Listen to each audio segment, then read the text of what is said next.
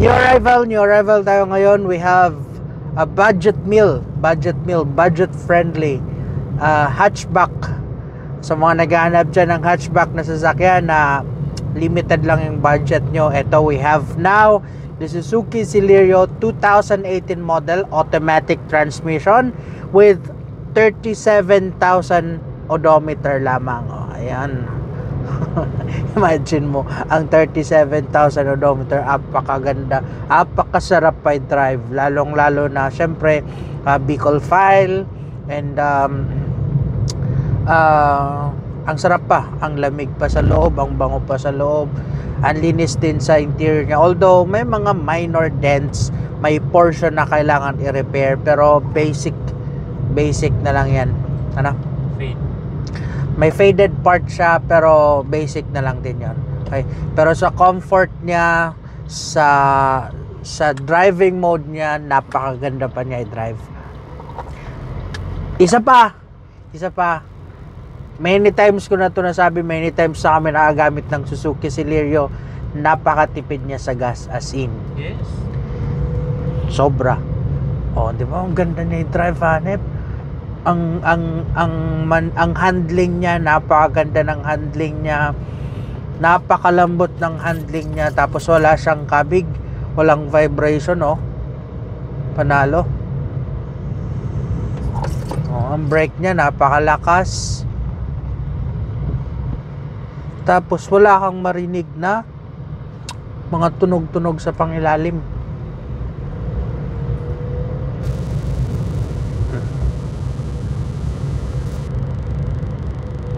Bango, panchiks ng amay. So sa mga nagsisimula pa lang or sa mga gusto lang ng mga daily, may magamit sila daily na sasakyan, tamang-tama ito na Suzuki Celerio. Anyway, ito naman kasi kahit hatchback siya, 5-seaters pa rin naman. Ayan, no? Wala man lamang kalampag, wala kang marinig na kalampag sa pangilalim, Paganda, ito pwede to sa cash, pwede cash, pwede din siya sa financing. Kaya kung magfi-financing kayo, pa-compute agad kayo. Kaya to siguro, estimate ko nito, mga down payment nito, mga 100,000, kayang-kaya na to. Ganda, napaka-comfortable pa niya. Hindi siya yung tipong, alam mo yung pag ang sasakyan kasi pag gamit na siya, mararamdaman mo rin talaga siya. Lamig na ng aircon, number 2 lang tayo. Ang lamig ng aircon niya. Napaka-solid ng suspension, bago lahat yung mga tires niya. So, kung bibilhin nyo to, syempre pwede na rin ulit namin na-package yung transfer of ownership. Isama na namin yung transfer of ownership. Kung gusto nyo, kami na rin. Meron kasi siya faded na part. Actually, 2 panel yata yun na nakita ko kanina. Mamaya makikita natin pag steer natin. Pwede na namin rin yun i-cover. Ceramic. Maganda din to yung ceramic. Metallic floating nila. Well, ang owner nito dito lang siya sa Sorsogon. Dito lang din naman to ginagamit sa Sorsogon. I just don't know, hindi ko lang natanong kung first or second owner siya. Pero kung ano man siya, kung second owned man siya, naka-transfer na to dito sa Sorsogon na file.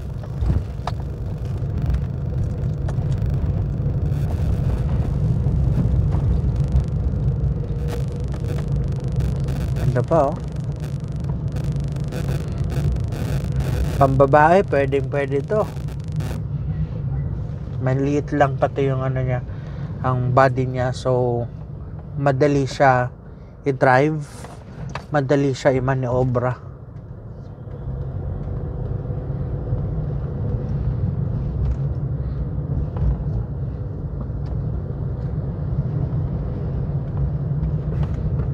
Dito muna tayo sa interior, though wala lang siya Wala akong nakita na reverse camera niya. Pero pwede nyo na lang to pa-installan, mga aftermarket dashcam. Then lahat naman dito working siya, working properly. Ano, mga windows, so working lahat. Then syempre central lock din. Yan naka central lock din siya. And yung yung side mirror yan Yan, sa kabila electronic controlled na rin siya. So lahat naman sila working properly, signal lights, lahat naman functional, wiper. Okay. Then syempre ang aircon malamig na malamig, stereo working din naman. Yan working properly. Okay. So dito sa front, ano ba? Dashboard, basic, lahat naman yan. Then ano pa ba? Yan.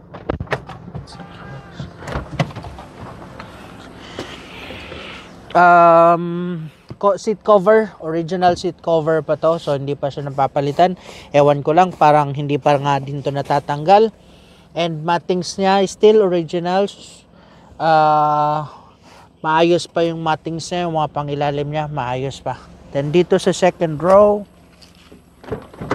yan medyo maliit nga lang siya sa second row, pero still comfortable din naman siya gamitin. Comfortable ko din naman dito mo po.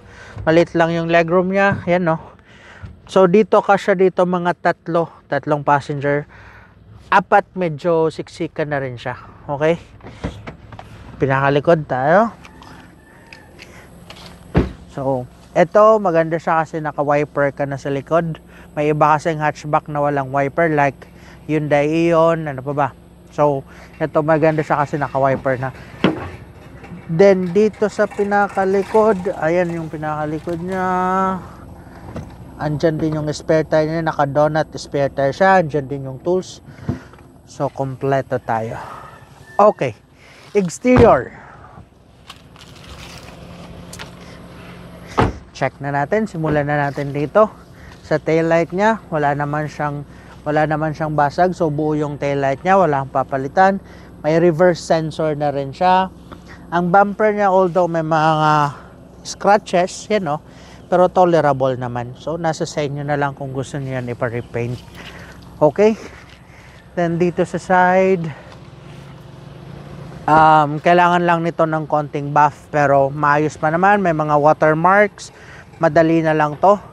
Freebies na namin to sa inyo.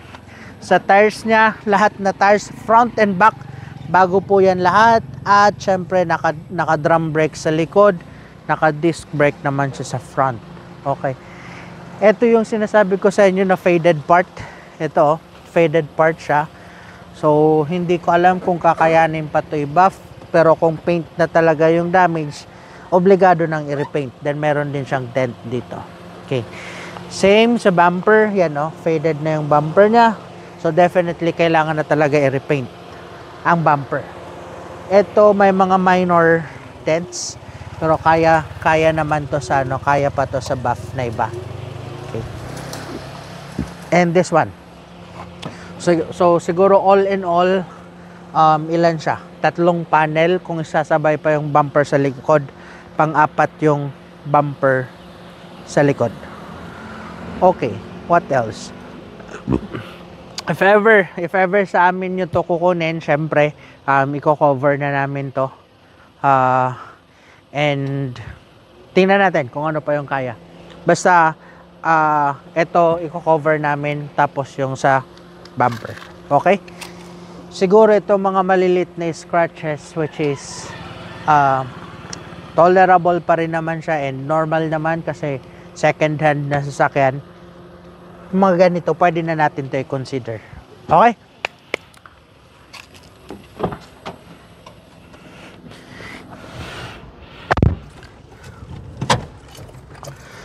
So, if ever interested kayo dito, asking price namin for this one is 335,000 kasama na yung apat na panel na repaint. I-free ko na rin sa inyo, ipabuff natin siya buo para malinis.